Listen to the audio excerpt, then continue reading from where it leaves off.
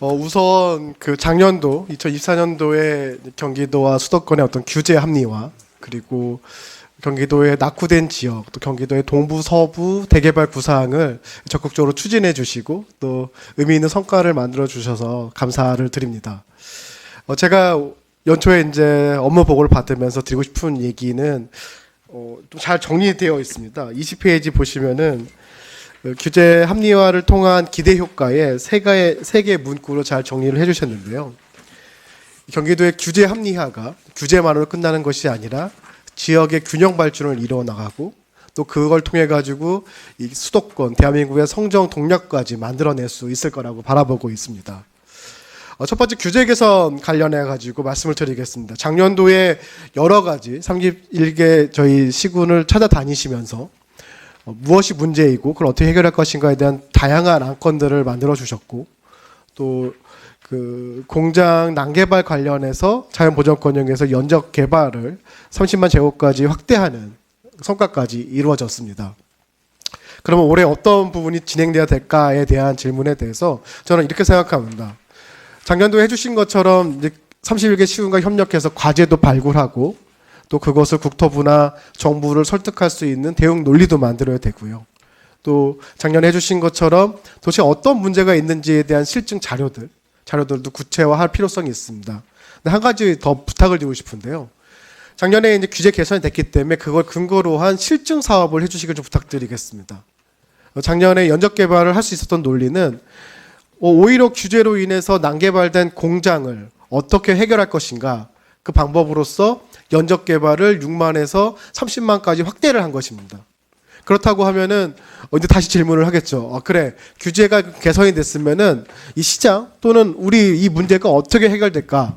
근데 아마 이 법의 글자가 바뀌었다고 해서 민간에서 스스로 변화를 일으키기는 어려울 겁니다.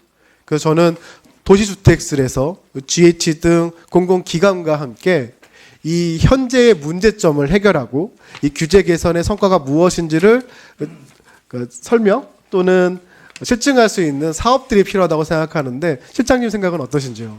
네, 좋으신 의견입니다. 그 의원님께서 말씀하신 대로 그 수도권 규제하면 저희들이 뭐 계속적으로 수년 동안 외쳤지만은 거기에 대한 충분한 논리, 실태, 그래서 GRI하고 해서 그 논리를 좀 그 명쾌한 논리 그런 걸 좀 만들어 추가적으로 좀 GRI하고 좀 협의 좀 하고요.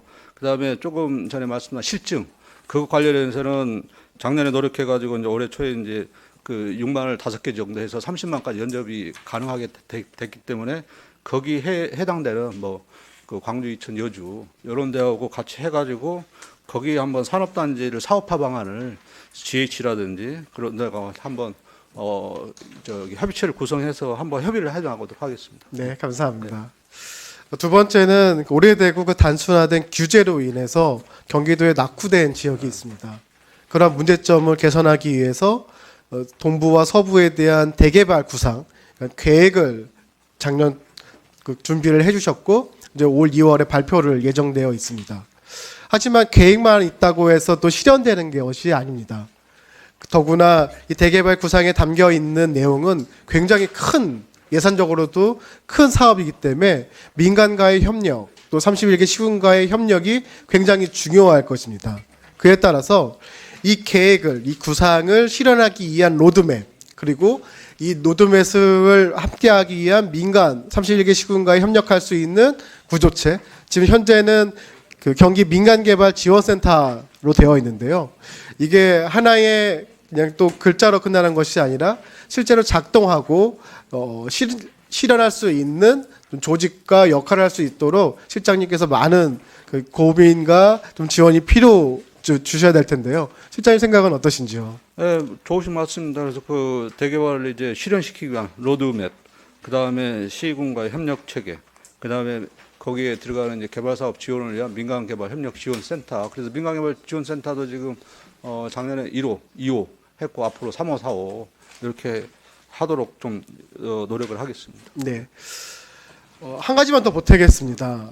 그 규제 문제 그리고 대개발 구상을 통해 가지고 만들어낸 내용도 사실은 어쩌면은 그 교통 SOC 의 개선이라든지 거기에 좀 한정되어 있습니다. 결국엔 낙후된 지역, 규제로서 낙후된 지역을 개선하기 위하면 그 지역에 산업이 필요할 텐데요.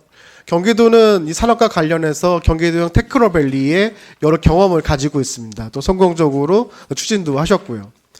하지만 이 부분도 역시 남부권에 좀 집중되어 있습니다. 판교라든지 광교에 집중되어 있죠. 그래서 저는 이러한 성공을 기반으로 해서 경기도의 낙후된 지역, 동부와 서부, 북부에도 이 테크노밸리 사업을 좀 확장시켜 주시길 부탁드리겠습니다. 물론 테크노밸리라는 공간 계획만 가지고 그 지역이 활성화돼야 되지는 않을 겁니다. 하지만 처음에 말씀드렸던 규제 개선과 그리고 교통 인프라 등이 반영되어 있는 대개발 구상이 결합된다고 하면은 어떻게 보면 경기도의 큰 문제를 해결하기 위한 삼박자가 맞을 수 있을 거라고 생각합니다.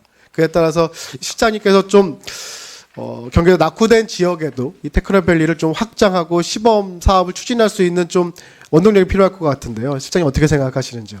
네, 알겠습니다. 그러니까 지금 뭐 동부, 서부, 북부 대개발해서 추진하고 있고, 그다음에 또 저발전 지역 그 연간 몇 억씩 줘가지고 발전 특별 회계 만들어가지고 하고 있듯이 저희도 지금 고민하고 있습니다. 그래서 제2의 제세하면 아까 뭐 안양 인도권 뭐 저기 용인 테크노 플랫폼 시티 얘기했는데 그 남부 지역에 국한된 게 아니고 동부 쪽에도 거기 테크노밸리 기회타운 한번 적용할 수 있는 시범 사업을 검토하겠습니다. 네.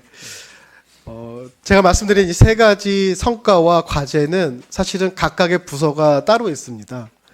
그 지역 개발과 공간 전략과 그리고 도시 정책과의 각각의 업무입니다. 하지만 그 세 개의 과에서 추진하고 있는 이 사업들이 하나하나 개별화되는 것보다는 종합적으로 운영되어야지만 전 진정성 있는 경기도의 변화가 일어날 수 있을 거라고 생각하고 그 역할에서 실장님이 해주셔야 될 역할이 굉장히 크다고 생각합니다. 그래서 다시 한번 경기도의 규제 개선과 또 지역 불균형 그리고 미래 성장 산업을 만들어 나감에 있어서 도시주택실의 올해 2020년도에도 많은 역할과 또 노력을 부탁드리면서 발언을 마치도록 하겠습니다. 이상입니다. 알겠습니다.